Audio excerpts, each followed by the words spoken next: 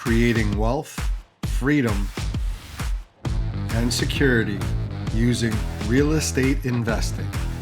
This is Get Real Wealthy. This is part 9 in our young adult series on Get Real Wealthy. We're going to be talking about using your accounts to save better and invest more. Now, one of the things that you can use as a young adult are student accounts or low-cost bank accounts that are available for you to be able to save your money. Now, there are bank account fees that are ridiculous.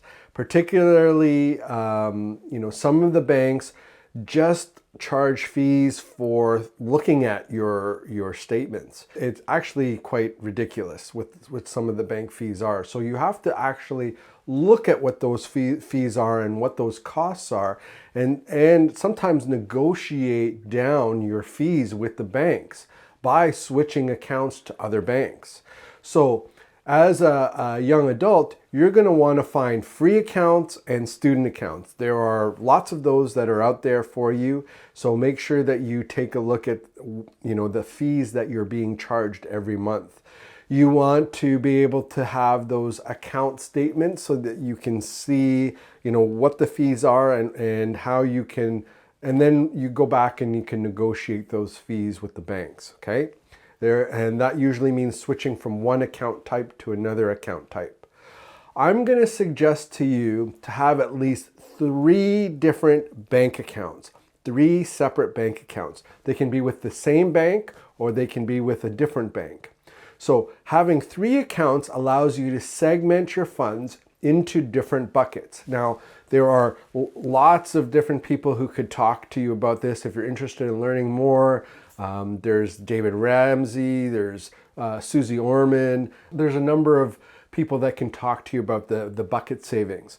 But the way that I like to do it and what way I suggest you look at this is to have like a milestone savings account. Okay, and especially as a young adult, that could be for a car, it could be for a house, it could be something that allows you to pay yourself first, that concept that we talked about, like the passive income concept. So that's definitely like a bigger purchase that's associated with that. So that's your milestone savings account. That may be something where you put 10% of your income in, could be about 15% of your income. That's going to go into your milestone savings account. Then you're going to have your lifestyle or social account. That's going to be the money that you spend on accommodation, transportation, food. That's going to sit in one account, and you're also going to use that to help you build your credit. So what you're going to do is you're going to spend money on your credit card from your social account, and then you're going to pay it off from your social account every month. And that's going to build your credit over time. Okay, so that is, you're paying back your credit, and it's only for funds that you have funds to pay back from your social account. Okay, the third account that we're going to have is an investment account. This is different than your milestone savings account. This may be 5 or 10% of your income, and it's a place where you can put funds aside in order to buy paper assets, okay? Especially when you're getting started, you're probably going to be more involved in paper assets than any other type of assets. So the investment account could be an actual account where you're directly investing into different places. So Wealthsimple or Scotiabank may have an investment account that you can open and that you can invest directly. When you have all of these 3 accounts, just like I said before, you should start off with paper statements rather than online statements, especially at the beginning, because you need to understand what you're spending on and how you're spending. You could always move to online statements after a year of tracking everything and making sure you're on top of it. But if you ever have a situation where you forget a payment, it's probably because you have an online statement. Okay, so make sure that you have those paper statements coming to you in the mail. It may cost a little bit, but it shouldn't if you have a student account. And that way you can review what you're spending on every month.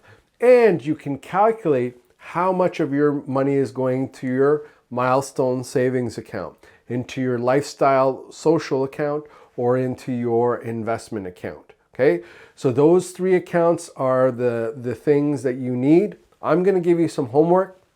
You're going to find 3 accounts that you can open with the same bank or institution that costs you $0 per month in order to do online transactions. So if you do online transactions, you'll get 0 charge per month. Okay, that's something that you should be able to find that's out there. And I want you to open those 3 accounts. That's your homework. All right, I hope you learned something in this episode of Get Real Wealthy. If you want to learn more about me, go to getrealwealthy.com and we'll see you on the next episode. Have a great one, everyone. Make sure to check out getrealwealthy.com. Until next time, I'm Quentin D'Souza. Get out there and take action.